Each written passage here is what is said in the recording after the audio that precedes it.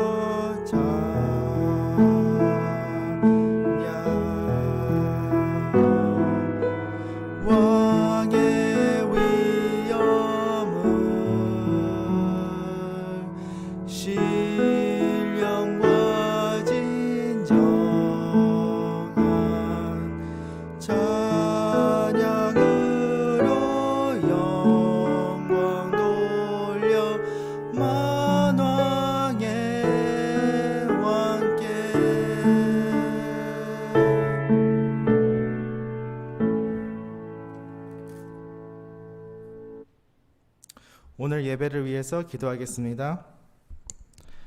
할렐루야. 그의 성소에서 하나님을 찬양하며 그의 권능의 궁창에서 그를 찬양할지어다. 그의 능하신 행동을 찬양하며 그의 지극히 위대하심을 따라 찬양할지어다.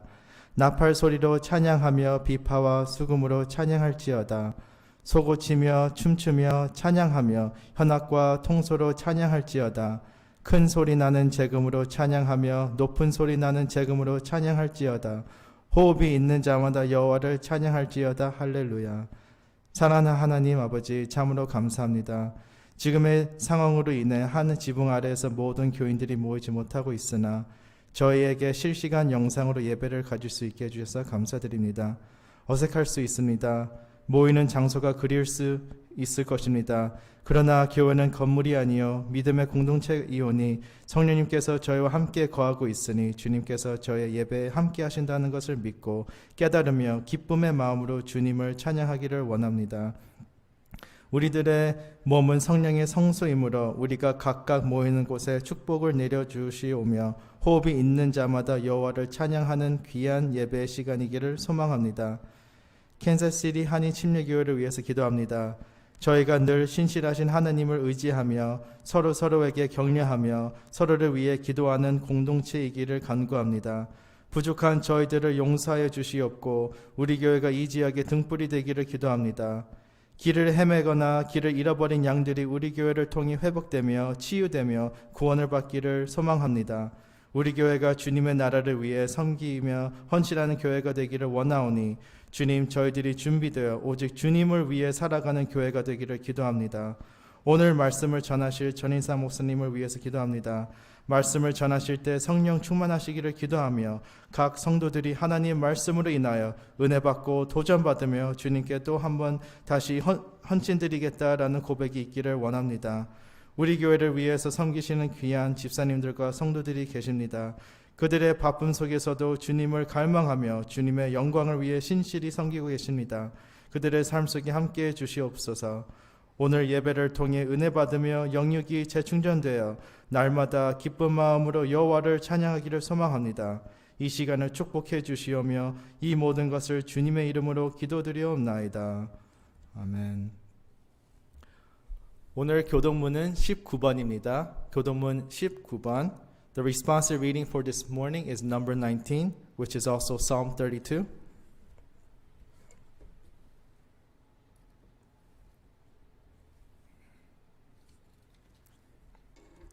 교동문 19번 우리 함께 합독하겠습니다. 허물의 사함을 받고 자신의 죄가 가려진 자는 복이 있도다. 마음에 간사함이 없고 여호와께 정죄를 당하지 아니하는 자는 복이 있도다. 내가 입을 열지 아니할 때에 종일 신음함으로 내 뼈가 쇠하였도다. 주의 손이 주야로 나를 누르시오니 내 진액이 빠져서 여름 가뭄에 마름같이 되었나이다. 주께 내 죄를 아뢰고 내 죄악을 숨기지 아니하였더니 곧 주께서 내 죄악을 사하셨나이다. 이로 말미암아 모든 경건한 자는 주를 만날 기회를 얻어서 주께 기도할지리라. 진실로 홍수가 범람할지라도 그에게 미치지 못하리이다. 주는 나의 은신처이오니 환난에서 나를 보호하시고 구원의 노래로 나를 두르시리이다. 너희 의인들아 여호와를 기뻐하며 즐거워할지어다. 마음이 정직한 너희들아 다 즐거이 외칠지어다. 아멘. 이 시간 함께 주님이 가르쳐 주신 기도로 신앙 고백을 하겠습니다. We will recite the Lord's Prayer at this time. 하늘에 계신 우리 아버지여, 이름이 거룩히 여김을 받으시오며 나라가 임하시오며 뜻이 하늘에서 이루어진 것 같이 땅에서도 이루어지이다. 오늘 우리에게 일용할 양식을 주시옵고 우리가 우리에게 죄지은 자를 사하여 준 것 같이 우리 죄를 사하여 주시옵고 우리를 시험에 들게 하지 마시옵고 다만 악에서 구하시옵소서. 나라와 권세와 영광이 아버지께 영원히 있사옵나이다. 아멘. 오늘 찬송가는 405장입니다. 찬송가 405장. Today's hymn number is 405. 405.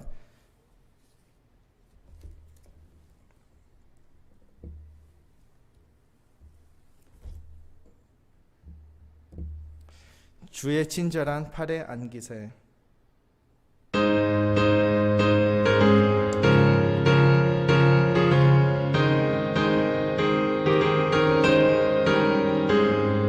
주의 친절한 팔에 안기세. 우리 마음이 평안하리니 항상 기쁘고 복이 되겠네. 영원하신 팔에 안기세.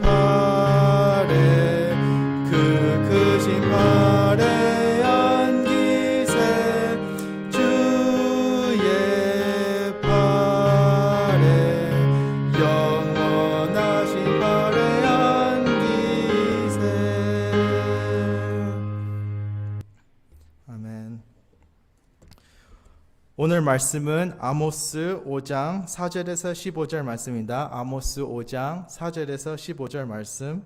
Today's message is from the book of Amos chapter 5 verses 4 to 15. Amos 5 verses 4 to 15. 아모스 5장 4절에서 15절 말씀입니다.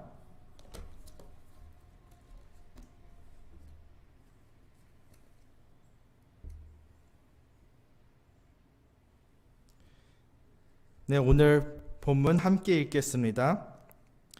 여호와께서 이스라엘 족속에게 이와 같이 말씀하시기를 너희는 나를 찾으라 그리하면 살리라. 베델을 찾지 말며 길갈로 들어가지 말며 브엘세바로도 나아가지 말라. 길갈은 반드시 사로잡히겠고 베델은 비참하게 될 것임이라 하셨나니 너희는 여호와를 찾으라 그리하면 살리라. 그러지 않으면 그가 불같이 요셉의 집에 임하여 말씀하시리니 베델에서 그 불들을 끌 자가 없으리라. 정의를 쓴 쑥으로 바꾸며 공의로 땅에 던지는 자들아, 묘성과 삼성을 만드시며 사망의 그늘을 아침으로 바꾸시고 낮을 어두운 밤으로 바꾸시며 바닷물을 불러 지면에 쏟으시는 이를 찾으라. 그의 이름은 여호와시니라. 그가 강한 자에게 갑자기 패망이 이르게 하신즉 그 패망이 산성에 미치느니라. 무리가 성문에서 책망하는 자를 미워하며 정직히 말하는 자를 싫어하는도다. 너희가 힘없는 자를 밟고 그에게서 미래의 부당한 세를 거두었은즉 너희가 비록 다듬은 돌로 집을 건축하였으나 거기 거주하지 못할 것이요 아름다운 포도원을 가꾸었으나 그 포도주를 마시지 못하리라. 너희의 허물이 많고 죄악이 무거움을 내가 아노라. 너희는 의인을 학대하며 뇌물로 받고 성문에서 가난한 자를 억울하게 하는 자로다. 그러므로 이런 때에 지혜자가 잠잠하나니 이는 악한 때문이니라. 너희는 살려면 선을 구하고 악을 구하지 말지어다. 만군의 하나님 여호와께서 너희의 말과 같이 너희와 함께 하시리라. 너희는 악을 미워하고 선을 사랑하며 성문에서 정의를 세울지어다. 만군의 하나님 여호와께서 혹시 요셉의 남은 자를 불쌍히 여기시리라. 아멘. 이제 담임 목사님께서 오셔서 오늘 말씀을 전해주시겠습니다.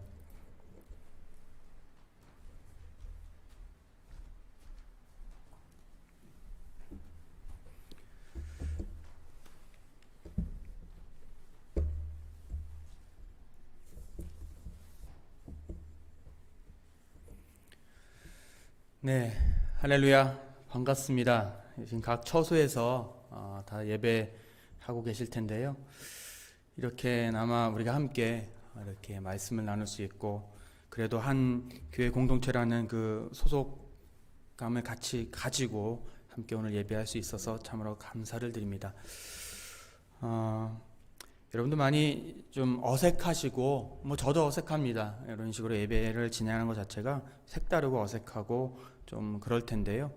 그럼에도 불구하고 이 기간이 우리가 더욱더 하나님께 집중하고 또 우리에게 주신 은혜를 되새겨보는 그런 시간들이 되었으면 좋겠습니다. 이제 하나님 말씀 나누죠. 우리 계속해서 우리는 이제 아모스서를 살펴보고 있습니다. 오늘은 그 7번째 시간이 되고요. 이제 아모스서는 다음 주까지 강해를 하고 부활절이 지난 이후에는 이제 신약의 교회들에 대해서 살펴볼 계획을 가지고 있습니다. 여하튼 이제 이번 주와 다음 주로 이제 아모스서를 마무리하려고 하는데요. 지금까지 살펴본 아모스서의 내용은 일관적인 내용을 가지고 있습니다. 다른 구약의 성경들과 달리 아모스 선지자는요, 사회의 악을 고발하고 있고요. 그러한 흐름 속에서 하나님의 심판에 대해서도 언급을 하고 있습니다. 그리고 오늘 본문에서는요, 우리가 오늘 읽었던 5장 4절에서 15절까지 본문에서는요, 지금까지 내용과 더 달리 좀 더 자세하게 구체적으로 어떠한 사회적인 부조리가 있었는가에 대해서 아모스 선지자가 말씀하고 있습니다. 오늘 본문을 보면요, 오늘 여러분들 지금 화면으로 보신다고 해서 성경을 덮지 마시고요, 저와 함께 성경을 피시고 본문을 피시고 함께 따라가셨으면 좋겠는데요. 오늘 5절을 보면요, 이렇습니다. 베델을 찾지 말며 길갈로 들어가지 말며 브엘세바로도 나아가지 말라. 길갈은 정령 사로잡히겠고 베델은 허무하게 될 것임이라 하셨나니. 5절에 이렇게 되어 있습니다. 베델과 길갈과 브엘세바, 이렇게 세 가지 지명이 언급되어 있죠. 이미 아모스 지난 시간 4장을 우리가 살펴봤는데요. 아모스 4장에서 이미 베델과 길갈이라는 지명이 등장을 했었습니다. 다시금 살펴보면 어떻습니까? 여러분, 베델이 어떤 곳이었는가요? 베델이라는 이름은 그 단어의 의미만으로도 하나님의 집이라는 뜻을 가지고 있다고 제가 말씀을 드렸습니다. 그 이름만으로도 성스러움을 나타내고 있습니다. 이곳은요, 여로보암 1세, 그 1세 때 북왕국의 국가적 성소가 세워졌던 곳, 그곳이 베델이었습니다. 우리가 잘 알듯이 예전에 야곱이 하나님께 제단을 쌓았던 곳, 단을 쌓았던 곳, 그곳이 베델이었습니다. 사사시대에는 어땠는가요? 부족이 연합으로 예배를 드리던 곳, 그것이 바로 베델이었습니다. 길갈도 마찬가지입니다. 이스라엘 백성들이 가나안 땅으로 들어온 이후부터 성스러운 곳으로 간주되었던 곳이 길갈이었다라는 말씀을 이미 나눴습니다. 그리고 오늘 등장하는 브엘세바, 이 브엘세바도 마찬가지로 이와 비슷한 장소였다는 것이죠. 이 세 장소의 공통점은요, 이스라엘의 성소가 있었던 거룩한 곳으로 여겨지는 곳이 이 세 장소였다라는 겁니다. 법궤가 베델에서 길갈로 옮겨갔고요. 나중에 베델은 이스라엘의 금송아지를 모시는 성소가 되었습니다. 나중에는 브엘세바도 어떻습니까? 하갈과 이삭과 야곱과 엘리야가 하나님을 만났던 곳, 성스러운 곳이었습니다. 이스라엘 신앙이 아주 전통적으로 중요한 장소였다라는 겁니다. 오늘 근데 본문에서 어떻게 이야기하고 있는가요? 오늘 본문의 말씀은, 하나님의 말씀은 이곳에 어떻게 하라고요? 들어가지도 말아라, 찾지도 말아라 라고 말씀하고 계십니다. 그러면서 10절에서 말씀하지요. 무리가 성문에서 책망하는 자를 미워하며 정직히 말하는 자를 싫어하는도다. 뭔가 좀 심각한 상황이 느껴지곤 합니다. 사람들은요, 우리의 잘못을 책망하는 소리를 듣고 싶어 하지 않는다라고 본문은 그렇게 이야기하고 있습니다. 그리고 이러한 사람들의 특징들이 있습니다. 오늘 본문에 보면 쭉 나와 있죠. 이 사람들의 특징이 어떻습니까? 7절을 볼까요? 7절. 공의로 쓴 쑥으로 만들며 정의를 땅에 던진다라고 이야기를 합니다. 이런 사람들이 11절에는 어떻습니까? 가난한 자를 밟고 부당한 세를 거뒀다라고 이야기를 하고 있습니다. 12절을 보니까 성문에서 가난한 자를 억울하게 하고 있다라고 이야기를 합니다. 그리고 13절을 보면 이렇습니다. 그렇잖아요. 지혜자들이 참 말이 많았을 텐데, 평상시에는 종교인들이 그러지 않았습니까? 여러 가지 이야기들을 많이 나눴을 텐데 13절을 보면 그렇게 말 많은 종교인들이, 또한 뭐 오늘날로 이야기하면 교회 성도들이겠죠, 잠잠하다라고 그렇게 이야기를 하곤 합니다. 그들은 잠잠했다. 평상시에 말이 많았는데 이제는 말을 하지 않는다라는 의미가 되겠죠. 그리고 15절 어떻게 이야기합니까? 15절을 보면 성문에서 정의를 세워라. 오늘 아모스 선지자가 지적하고 이야기하고 교훈하는 것, 그것의 핵심은 15절에서 나오는 성문에서 정의를 세워라라는 겁니다. 지금 본문의 상황을 보면요, 아모스 선지자가 열심히 이스라엘의 문제를 지적하고 있습니다. 그러면서 하는 지적이 성문에서 정의를 세워야 된다라는 지적을 하고 있는 것입니다. 저는 오늘 여기서 두 가지를 집중하기 원하는데요. 한 가지는 성문이라는 단어를 한번 집중해서 살펴보기 원하고요. 아모스 선지자가 어떤 의도를 가지고 성문에서 정의를 세우라라는 이야기를 했는지를 살펴보기 원하는 것이고요. 또 한 가지는 그 성문에서 지혜자들이 잠잠했다라는 것의 의미를 되새겨보길 원합니다. 먼저 정의를 세우라라는 명령, 15절의 명령을 이해하기 전에 13절을 함께 보기 원합니다. 13절에 뭐라고 되어 있습니까? 그러므로 이런 때에 지혜자가 잠잠하나니 이는 악한 때임이다. 이 잠잠한 지혜자에 대해서 먼저 한번 살펴보기 원합니다. 지혜자가 누굴까요? 지혜자가 누굴까요? 지혜, 요즘 한국 제 또래에는 각 반에 한 명씩 지혜가 있었는데, 그렇게 지혜라는 이름이 한국에서 유행할 만큼 참 한국 사람들이 좋아하는 이름이기도 한데요. 지혜자는 무슨 것을 뜻할까요? 지혜가 많은 사람?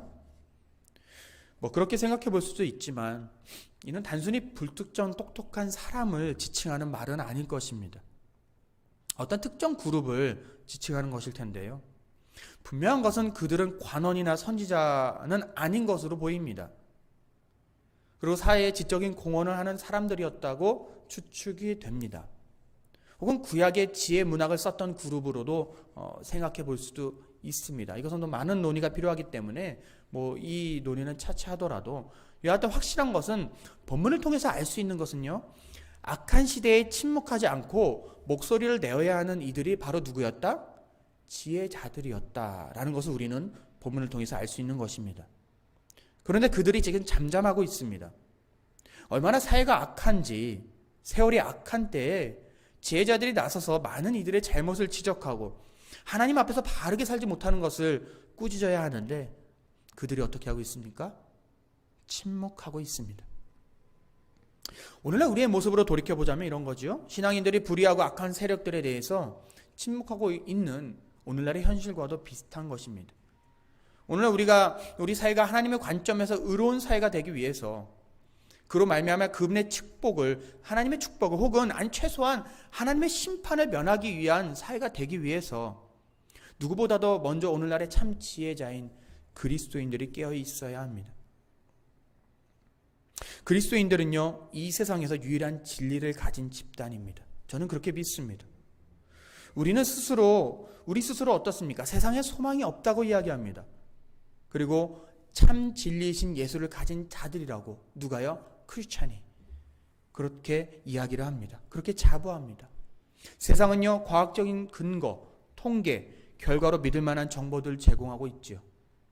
그것으로 인간에게 가장 중요한 정보를 제공할 수 있다라고 세상은 그렇게 믿게끔 그렇게 가르치고 있습니다. 하지만 우리 크리스천들은 어떻습니까?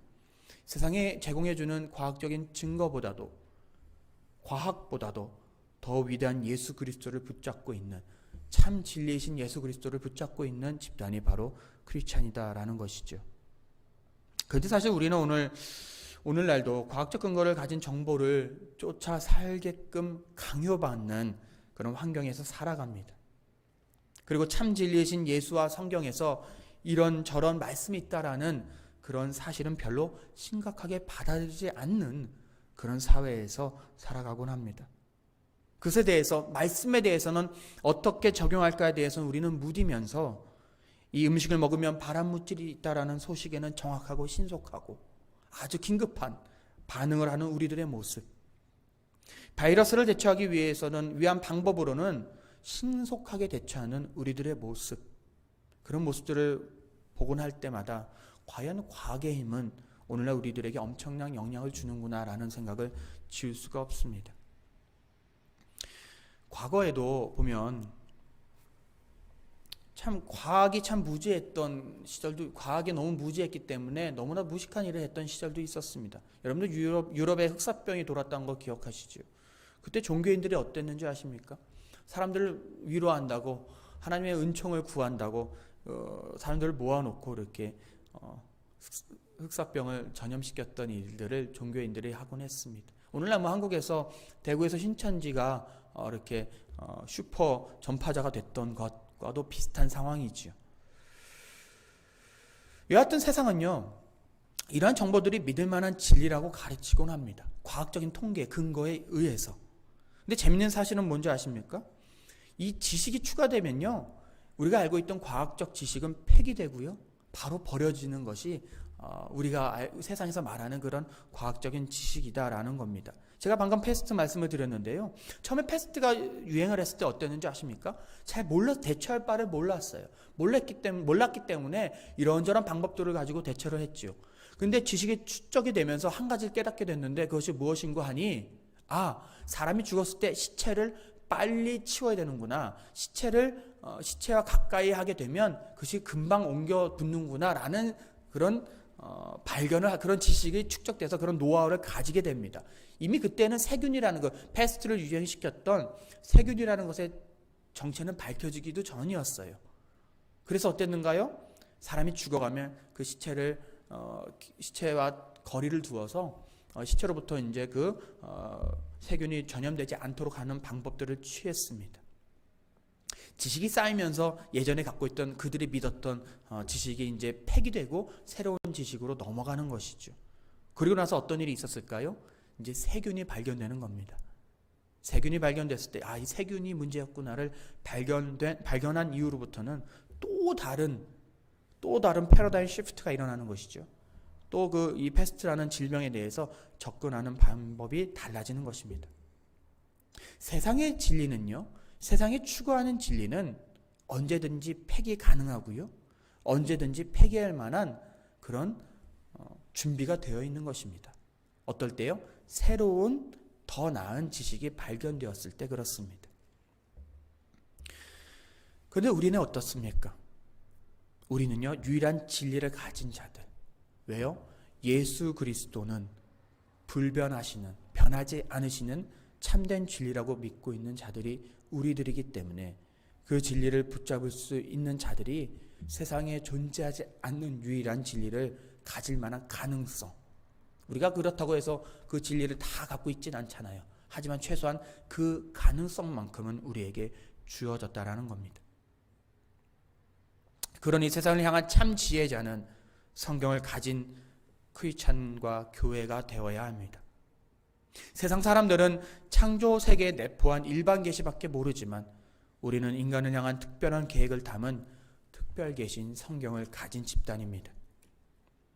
그러나 기억하십시오. 이 세계가 하나님의 축복 안에 거할 수 있는 가능성은 참 지혜자들이 깨어서 세상 가운데 올바르게 살아야 하는데 있습니다. 참 우리들이 깨어서 올바르게 살아가야지만 세상이 하나님을 붙잡을 수 있는 가능성이 또한 우리로부터 나타나는 것입니다. 그러나 어떻습니까? 아모스의 시대처럼 지혜자들이 잠잠할 때 사회는 어두워져 가는 것이며 희망을 잃어가는 것입니다. 그리고 하나님의 심판을 면할 수 없게 됩니다. 여러분, 이 사회의 지혜자로 살아가셔야 합니다. 많이 배우고 똑똑해서 지혜자가 아니라 참 진리의 말씀을 소유한 자로서 우리는 이 시대의 지혜자이기 때문에 그렇습니다. 구약의 지혜자 그룹은 어떻습니까? 소수의 특정 인원만을 지칭하는 단어였습니다.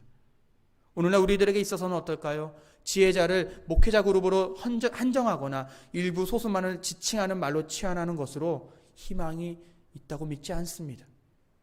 우리가 신약 이후의 삶을 사는 만큼 이제는 주를 믿는 사람들이 하나님의 말씀을 붙들고 세상 속에서 빛이 되어야 합니다. 여러분은 각자가 지혜자가 되어주셔야 합니다.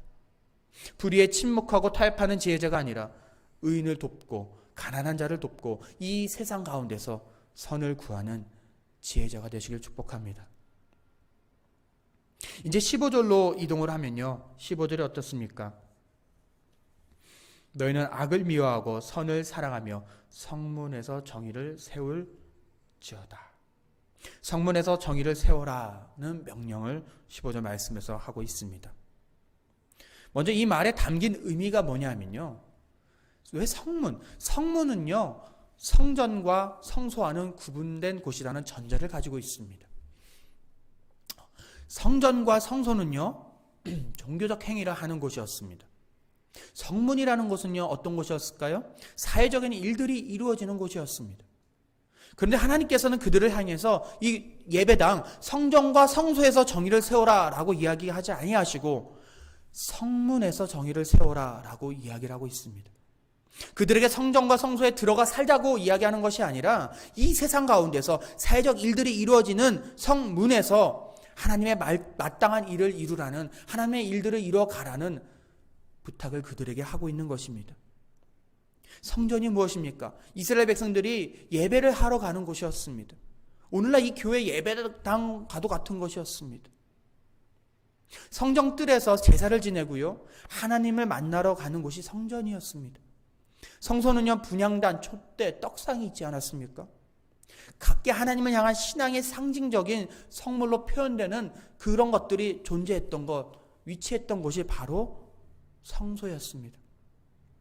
이곳은요, 이스라엘 신앙의 핵심이며 그들을 하나님의 자녀로 살게 하는 동력을 부여하는 아주 매우 중요한, 신앙에 있어서 매우 중요한 공간이었습니다. 그것이 바로 성전, 성소였습니다. 성문은 무엇이었을까요?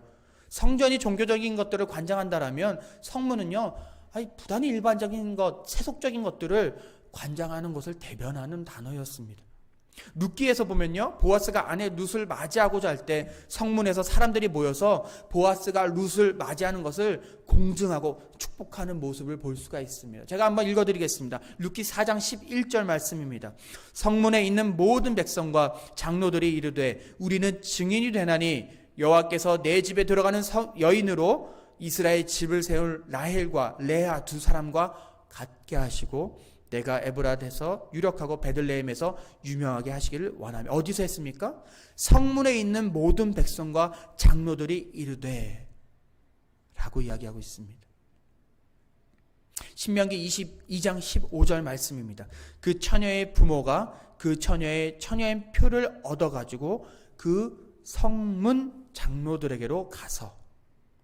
25장 7절입니다. 그러나 그 사람이 만일 그 형제의 아내 맞이하기를 즐겨하지 아니하면 그 형제의 아내는 그 성문으로 장로들에게 나아가서 말하기를 내 남편의 형제가 그의 형제의 이름을 이스라엘 중에 있기를 싫어하여 남편의 형제된 의무를 내게 행하지 아니하나이다 할 것이요. 자, 어디로 가라고요? 성문의 장로들에게. 지금 오늘날로 얘기하자면 이 일들이 가정법원에서 이루어질 법한 일들이잖아요. 가정법원. 지금 그 일들을 어디서 치르고 있습니까? 성문의 장로들에게서. 성문은 부단히 인간적인 일들을 처리하고 이스라엘 공동체 시스템을 유지하기 위한 사회적인 장치로서 이 성문이 사용되었음을 우리는 알 수 있습니다. 성문은 대부분 법정 진행이 이루어지는 장소를 말하는 것이고요. 공적인 법률 업무를 위해 사용된 곳이 바로 이 성문이었습니다. 그리고 오늘 아모스가 말하는 것이죠. 뭐라고 얘기합니까? 성문에서 정의를 세울지어다. 자, 이 본문을 이해하기 위해서 우리가 이전에 나눴던 이 본문의 배경 지식이 필요합니다. 이미 여러분들 여러 차례 들으셨기 때문에 잘 알고 계실 겁니다. 아모스에서 그 아모스의 활동 시기를 내부적으로 알려주고 있는데 어땠습니까? 1장 1절에 보면 아모스는 북왕국에서 활동을 했습니다. 그 당시 북왕국의 왕은 누구였습니까? 여로보암 2세였습니다. 남왕국의 왕은 누구였습니까? 우시아였습니다. 그런데 이 대략적인 그의 활동 시기가 그의 메시지와 관련해서 매우 중요한 말씀을 드렸죠. 왜냐하면 그 당시에 북이스라엘의 여로보암 2세는요, 북왕국의 가장 긴 왕조인 주전 842년에 세워진 예후 왕조의 후반부의 기간에 그 여로보암 2세가 통치를 하게 됩니다. 왕조가 길었다는 것의 의미를 제가 말씀드린 적이 있습니다. 왕조가 길었다는 것의 의미는 그만큼 그 왕권 통치가 안정되었다는 것이고요. 그 권력에 대한 체인지가 이루어지지 않았기 때문에 권력이 얼만큼 안정적으로 갈 수 있는가를 의미하고 있습니다. 그 긴 왕조의 마지막 통치 기간에 그 왕을 했던 자가 바로 여로보암 2세였습니다.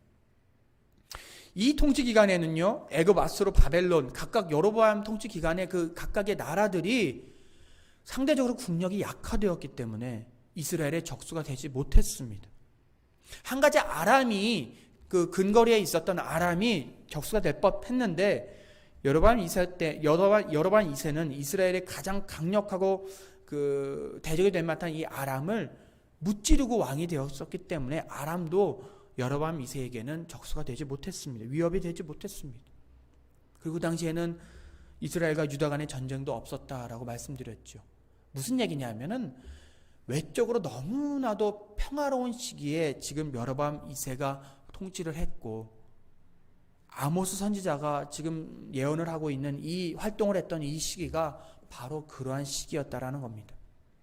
이스라엘은 경제적인 관점으로 보았을 때 이 여로보암 통치 기간에 아마도 가장 번성한, 이스라엘 역사에 있어서 가장 번성한 시기를 지냈을 것입니다.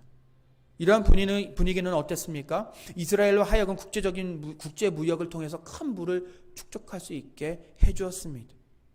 새로운 경제 질서가 세워짐에 따라서 대규모의 도시화가 이루어졌고요. 무역에서 이윤을 얻는 사람들이 늘어나기 시작합니다. 노예 노동 혹은 고리 대금업을 통해서 이윤을 착취하고 그들에게 부를 착취하고 이윤을 얻는 사람들이 늘어납니다. 엄청난 부가 어땠습니까? 점차적으로 퇴폐적인 생활 방식을 누리는, 향유하는 상류층을 낳게 되었습니다. 이게 그 당시의 사회 환경이었습니다.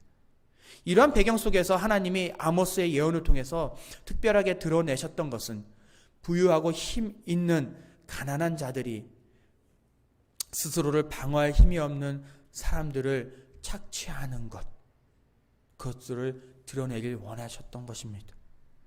이제 이 메시지는 우리를 향해 가고 있습니다. 너희 주위에 고통받고 굶주리고 아파하는 이들을 위해서 너희는 무엇을 하느냐? 오늘날 교회와 오늘날 크리스천, 과연 너희는 무엇을 하느냐? 너희는 교회 확장과 교회만 늘어나면 그것을 부흥이라는 것으로 포장해서 그것이 전부인 양, 마치 그것이 하나님의 축복인 양 그렇게 향유하고 있는 것은 아니냐라는 질문을 던지는 것이죠. 세상에 대해서는 우리들이 교회가 윤리와 도덕을 지키라고 강조하면서 정작 교회 일을 위해서는 법까지도 어기면서 교회 건물을 짓고 있는 교회들의 이야기, 그 이야기 속에는 성도, 하나님의 백성이라는 성도의 위험이라는 것은 이미 상실한 것입니다. 저는 오늘 이 아모스의 정의를 생각하면서 그리스도인이기 전에 좋은 인간으로서의 모습, 즉 정직하고 성실하고 믿을 만한 모습들이 우리에게 과연 기본으로 되어 있는가? 라는 질문을 던지고 싶습니다. 그리고 이러한 인간적인 모습, 정직하고 성실하고 믿을 만한 모습이 우리 크리스찬들에게는 기본이 되어야 한다고 믿습니다. 그리고 그것이요, 그리스도인으로 교회와 사회와 가정 가운데 살아가는데 아주 중요한 역할을 합니다. 그리스도인이라고 하면서 남을 속이고 착취하고 거짓을 일삼는 일을 해서는 안 될 것입니다. 인간으로서의 됨됨이는 교회에서 별거 아닌 것이 아니라 내가 참된 그리스도임을 나타내는 매우 중요한 결정적인 지표입니다. 그리고 이러한 인격을 가진 이들이요, 사회에서도 좋은 일들을 합니다. 그들이 고린대금업의 부당함을 알기에 자신의 부를 그런 편법적인 것으로 축적하려고 하지 않습니다. 밀수를 하면서 세금을 피하고 부당한 거래를 하려고 하지 않습니다. 여러분, 법률 용어 중에요, 미필적 고의라는 말이 있습니다. 미필적 고의.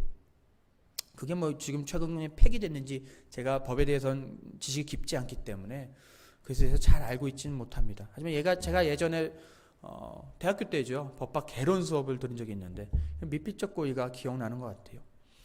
그 말은요, 자기의 행위로 인하여 어떤 범죄 결과의 발생 가능성을 인식하였음에도 이거에 대한 결과가 이럴 것이다라고 인식을 했음에도 불구하고 그 결과가 발생하게끔 그 나비둔, 허용하게 한 그런 심리 상태를 일컫는 말입니다. 이론적으로는 너무 좀 복잡하고 어려운 말이죠. 무슨 얘기냐면 자기는 직접 하진 않았어요. 하진 않았는데 이렇게 되면 이렇게 될 것 같아 라는 것을 인지를 했어요. 하지만 자기는 직접 하지 않았기 때문에 그에게 그 죄의 결과가 돌아오지 않는 것이죠. 왜? 직접 하지 않았으니까. 속으로는 알고 있었지만 직접 하지 않았으니까.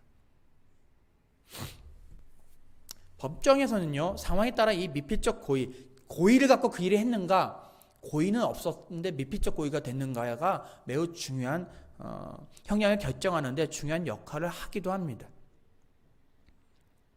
미필적 고의가 아닌 전혀 모르고 했다고 한다면 형량이 줄어들겠죠. 여하튼 법정에서는 이런 다툼을 할 수 있을 것입니다. 그 사람이 고의로 했는가, 고의로 한 것이 아니라 이렇게 우연찮게 그 일에 의해서 결과가 이렇게 됐는가라는 것들을 가지고 이렇게 법정에서 다툼을 할 수 있을 것입니다. 법정에서는 할 수 있습니다. 하나님 앞에서는 어떨까요? 하나님 앞에서는 하나님, 내가 고의로 한 건 아니었어요. 하나님 앞에서는 저는 미필적 고의란 존재하지 않는다라고 믿습니다. 우리 삶의 행동에 대한 의도와 진심, 우리 마음속 깊은 곳에 있는 욕심과 거짓까지도 모두 꿰뚫어 보시는 분이 누구시다? 하나님이시기 때문에 그렇습니다. 내가 이 행동을 했을 때 다른 이들이 손해보는 일이 있겠다라는 판단이 드셨으면 윤리 도덕적으로 혹은 법적으로 문제가 없다고 하더라도 우리는 하지 말아야 합니다. 법적으로 문제가 없어요. 그것 때문에 우린 철장 갈 일이 없어요. 하나님은 보고 계십니다. 하나님은 여러분의 그 마음 깊숙한 곳의 의도를 보고 계십니다. 우리가 이러한 정직함을 좀 갖춰야 되지 않을까요? 법대로의 라는 말이 과연 우리에게 통용되어야 할까요? 우리는 하나님 앞에서 행동해야 합니다. 우리는 좋은 그리스도인이 되어야 하기 때문에 그렇습니다. 그리고 좋은 그리스도인이 되는 과정에서는 좋은 인간으로서의 삶도 포함되기 때문에 그렇습니다. 좋은 그리스도인은요, 좋은 인간으로서의 삶이 갖춰져야 합니다. 좋은 그리스도인은요, 예배에 매주 나오고 헌금 많이 하고 교회 일에 헌신 많이 하는 사람만이 좋은 그리스도인이 아닙니다. 그에게 좋은 인간으로서의 인격과 그리스도의 성품을 닮은 그의 그런 인격과 그에게 삶도 반드시 따라와야 된다는 것입니다. 우리가 기억해야 하는 것은 우리는 우리의 삶의 선택과 행동에 있어서 사람들 앞에서는 거룩하게 보일 수 있도록 포장할 수 있지만 하나님 앞에서는 포장이라는 것은 있을 수 없고 이것은 실수였다고 변명할 만한 여지가 없음을 우리는 기억해야 합니다. 하나님 앞이기 때문에 그렇습니다. 저는 또한 오늘 아모스의 정의를 생각하면서 우리 교회가 추구해야 할 참된 사랑과 섬김이 무엇일까, 무슨 의미일까를 고민해야 한다고 믿습니다. 아모스 선지자가 말한 성문에서 정의를 세우라는 말은요, 성전에서만 정의를 세우면 그만이라고 생각하는 현대 그리스도인들에게 그리고 우리들에게 큰 울림이 되어야 할 줄 믿습니다. 우리는요, 더 이상 교회 내부의 집단 논리에 함몰되어서는 안 됩니다. 우리만 좋다고 해서 하나님이 좋으신 것이 아닐 수도 있습니다. 어쩌면 우리는 이 성전에서만, 예배당에서만, 교회 안에서만 정의를 세우면 그만이라고 우리는 그렇게 생각하고 살는지 모르겠습니다. 우리가 정의를 세워야 하는 장소는 성전이 아닙니다. 교회가 아닙니다. 여러분들이 사회생활을 하시는 그 자리가 하나님의 정의를 세워야 하는 자리이고 나라의 법과 행정, 인간들의 세상사가 이루어지는 그 모든 자리가 하나님의 정의를 세워야 하는 자리임을 기억하시기 바랍니다. 아모스 선지자의 외침은 오늘 21세기를 살고 있는 우리들에게 그렇게 살아가라는 그런 외침인 것입니다. 너의 안에서만 정의를 세우겠다고 말하는 우리들에게 그것 아니야. 너의 바깥에서 세상 가운데 정의를 세우라라는 그런 이야기를 하고 있는 것입니다. 그런 삶을 살아가시는 우리 캔자스시티 한인 침례교회 모든 교우들, 모든 성도들 되시길 축원합니다. 함께 기도하겠습니다.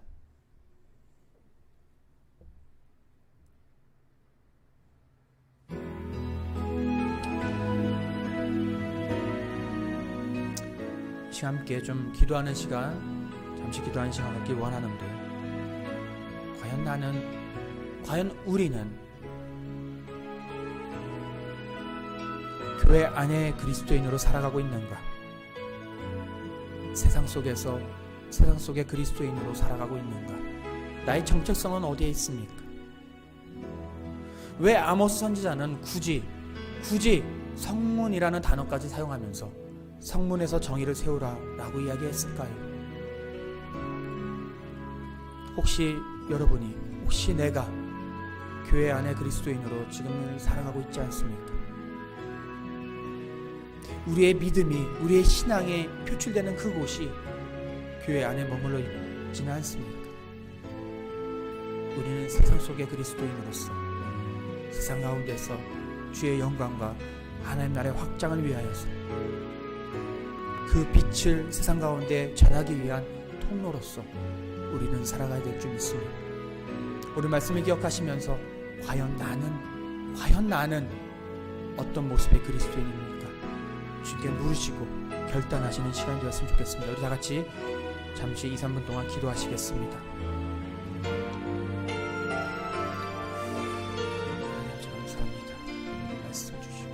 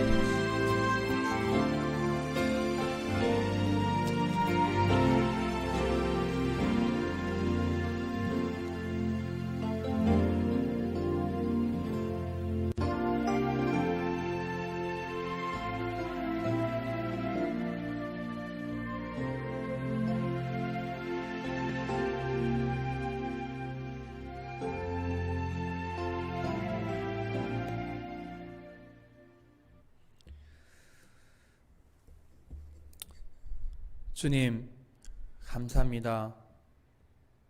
은혜 가운데 하나님의 뜻하신 바가 있으셔서 21세기를 살고 있는 우리들에게 주님께서는 아모스 선지자를 허락하셨고 그 말씀을 우리에게 허락해 주셨음을 우리가 믿습니다. 그리고 아모스 선지자의 외침, 성문에서 정의를 세우라 라는 외침이 과연 오늘날 우리들에게 필요한 외침이요, 필요한 메시지임을 또한 믿습니다. 우리가 우리 내부의 논리에 갇혀서, 교회 안 논리에만 갇혀서 더 크신 하나님의 뜻을 가리고 흐리는 그런 어리석은 존재가 아니라 하나님 나라의 영광을 위하여서 온전히 그 길을 쫓아갈 수 있도록 우리를 그렇게 인도하여 주시옵소서. 성문에서 정의를 세우기 위하여 우리의 삶 가운데, 세상 가운데 어떻게 정의를 세울 것인가, 교회가 어떻게 나아가야 될 것인가를 더욱더 고민하게 하시되, 그것이 이 세상 속에 예수 그리스도의 빛을 드러내며 향기를 드러내는 귀한 길이 될 수 있도록 주님 그렇게 축복하여 주시옵소서. 우리에게 지혜를 허락하시고 우리에게 부족한 것들을 깨달을 수 있는 능력도 허락하시며, 또한 우리에게 잘못되어 가고 있는 길을 돌이킬 수 있는 용기도 허락하여 주시옵소서. 그래서 주님 보시기에 더욱더 아름다운 교회로, 아름다운 주의 자녀로 우리가 성숙해 갈 수 있는 은혜를 허락하여 주시옵소서. 감사드렸고 예수 그리스도의 이름으로 기도합니다. 아멘. 감사합니다. 우리 시간 우리 438장 패송 찬양하시고 우리 축도함으로 예배를 마치도록 하겠습니다.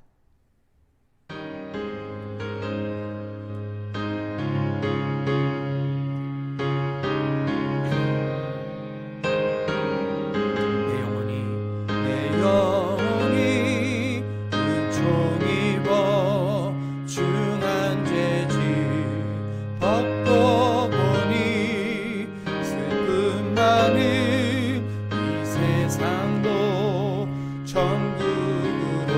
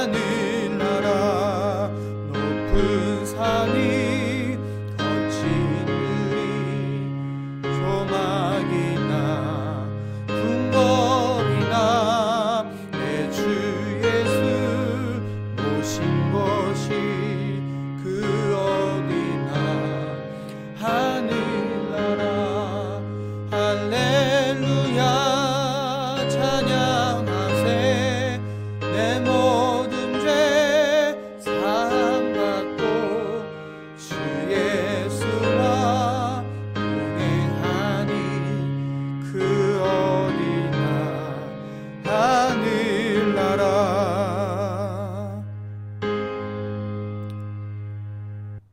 아멘. 기도하겠습니다.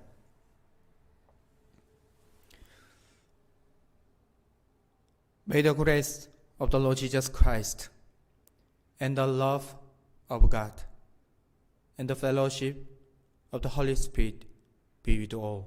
이제는 우리 주 예수 그리스도의 은혜와 아버지 하나님의 극진하신 사랑하심과 성령님의 교통하심이 오늘도 우리가 교회 안에 그리스도인, 성전 안에 그리스도인으로 머무른 것이 아니라 아모스 선지자의 외침과도 같이 성문에서 정의를 세우기 위하여 세상 속의 그리스도인으로 살아가기를, 또한 그 일 가운데 한 역할을 감당하기를, 작은 것이지만 우리가 실천하며 살아가기를 다짐하고 소원하는 이날을 모인 주의 백성들 가운데 그들의 가정과 그들의 직장과 그들의 삶의 터전 가운데 이제로 영원토록 함께 하시기를 간절히 축원하옵나이다. 아멘.